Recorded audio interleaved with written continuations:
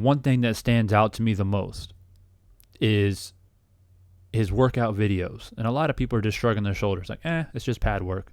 Just heavy bag work. We've seen Wilder do this before. It's different this time. And if you know boxing, you know what to look for. It's not just a 1, 2, 3 combinations on the mitts.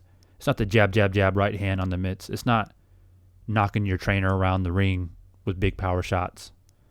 It's the little subtle things that boxing heads and boxing minds and people who know boxing see and understand.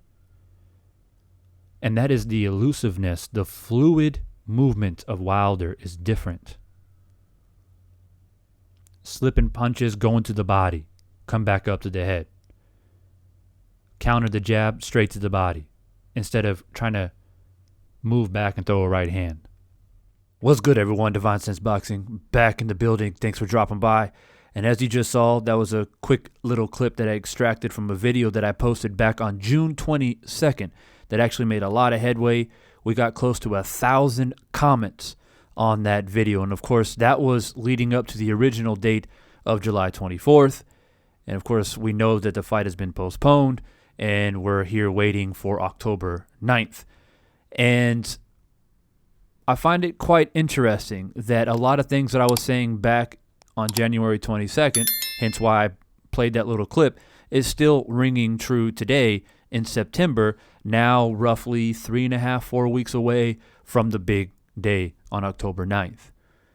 On top of that, the comment section was filled with a lot of positivity, a lot of negativity, a lot of boxing conversation, people coming in, dropping in their predictions, going back and forth, which is always good to see. Yet, of course, there were some very disgusting comments as well, as per usual, some directed at Deontay Wilder, and a lot of it directed towards me. But you know, it comes with the territory, and I'm always prepared to go to war, all day, every day. October 9th, in my opinion, is going to be a glorious day. It's redemption. Something that has been in the making and brewing for several, and I mean several, months. And we're talking about training that Wilder was doing back in June, even before that. As a matter of fact, I believe this is his 6th training camp leading into this trilogy. I think the dedication, the discipline, the passion, the focus that Deontay has going into this fight is uncanny at this point. I also believe that Tyson Fury isn't taking it seriously. He may start to take it serious now because the fight is creeping closer, but I think it's going to be too little, too late. And there's a lot of reasons why I feel that way, and I want to go ahead and just list out a few things real quickly for the sake of this video. I guess we can consider this part 2 of why I think Deontay Wilder will smash Tyson Fury. Firstly, let's go ahead and look at the training. As I said, we've seen it already even way back in June, back in May. Here we are in September. He just recently released some footage of him training about a week or so ago with Malik Scott outdoors. If you didn't see that, I invite you to roll over to Wilder's Instagram page. It's up there for the public to view. Now, what do I take from that video? I've done a lot of lives about Deontay Wilder in general, about the fight in general. I did a live about that training footage where we broke it down and I gave you guys my opinion. I know that some of my subscribers watch it and join. I know that some of my subscribers don't have time to join my live, so this is a treat for you, the subscribers, and of course all the naysayers and the people in the back. What do I see? Well, in a nutshell, I see a completely and redesigned fighter. Instead of the infamous 1-2 left hook that he was being taught before, which Deontay Wilder has clearly came out in interviews recently and said that's how he was training. Rely on that power you have and you'll be good. Well, we found out what happened on the second fight. It wasn't good enough, and he took a devastating loss. All accusations and allegations put to the side, Deontay took a loss. And he made the ultimate sacrifice and the ultimate decision, which I believe will be one of the best decisions that he's made in his career thus far. and that is bringing Malik Scott. Well, why Malik Scott? Why is this a big deal? He wasn't that great as a heavyweight. That's not the point. One of the greatest things between a trainer and a fighter is a connection, an ability to speak one another's minds with no filter, being held accountable, and having a true friendship is what is really powerful between a trainer and a fighter. Now, we know that Tyson Fury has changed trainers several times throughout his career. So I'll leave that for the people that want to think about that. But for Wilder's sake, I think he believes in loyalty. I think he believes in unity. And like I said, he believes in a true connection between himself and the man that's training him and leading him into war. We can look at situations and trainers like, for example, Angelo Dundee and Muhammad Ali. Angelo Dundee wasn't a boxer, but he was a mentor. He was a teacher. He had a connection with Muhammad Ali. Virgil Hill is another example of not being a great boxer. And there are many other examples, but they have the ability and the skill set to teach and bring the best out of people, and in this case, a boxer. On top of that, I believe Malik Scott brings the ability to not only just work through the motions on mitts, but he's a big man himself. He was a heavyweight contender. He's been in the ring. He's been punched in the face before in a heavyweight boxing match on some of the bigger stages that heavyweights sometimes never have the opportunity to be involved in.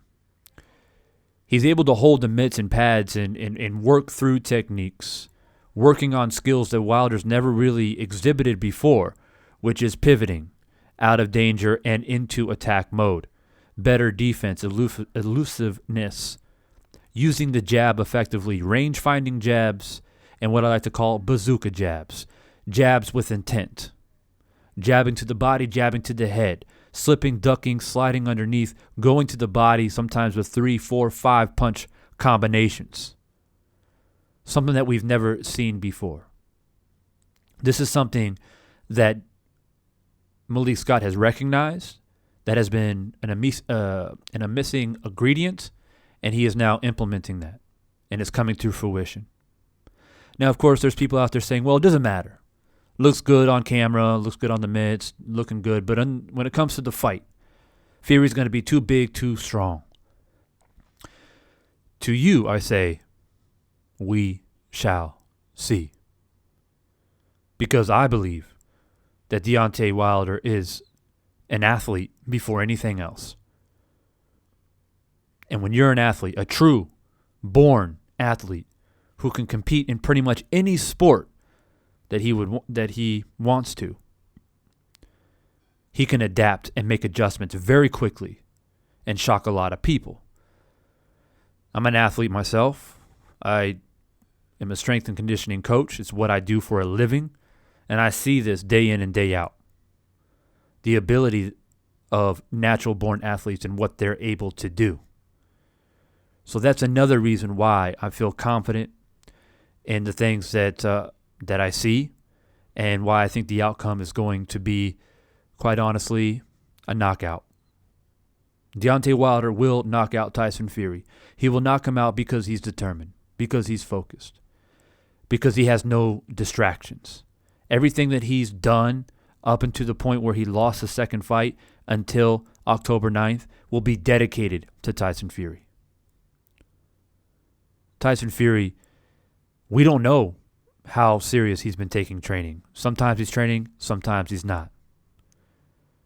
Supposedly he got COVID, had other personal issues, which I won't mention in this video, but if you pay attention closely enough, you will know what those issues are. And quite frankly, I just don't think that he's worried about Deontay, as I mentioned earlier. And I think that lack of confidence will lead to his demise. We will see a fast, explosive, but reserved and calm-focused Deontay Wilder come October 9th. As far as Tyson Fury, I plan to see somebody who thinks he's going to run out there, get in Wilder's face quickly like he did in the second fight. And he's going to start landing into big punches and realize that it's much harder than it was the second fight, and Wilder has made significant adjustments. And he's going to see very quickly that he's going to have to change his game plan. I believe Tyson Fury at that point will try to go back to boxing. Then, at that point, it's just a matter of time. Like Deontay says, I don't know when it's going to come, but it's going to come. And as always, I will be here on October 10th, giving you guys my post-fight thoughts. As a matter of fact, I'll probably go live. Nonetheless, I'll be here. I ain't going nowhere, and I'm looking forward to the day. If you're new to the channel, consider subscribing. Stay a part of the conversation. For all my subscribers out there, I appreciate you as always. And make sure you guys smash that like button before you head out of this video. Peace, love, strength, and I'll see you guys on the next one.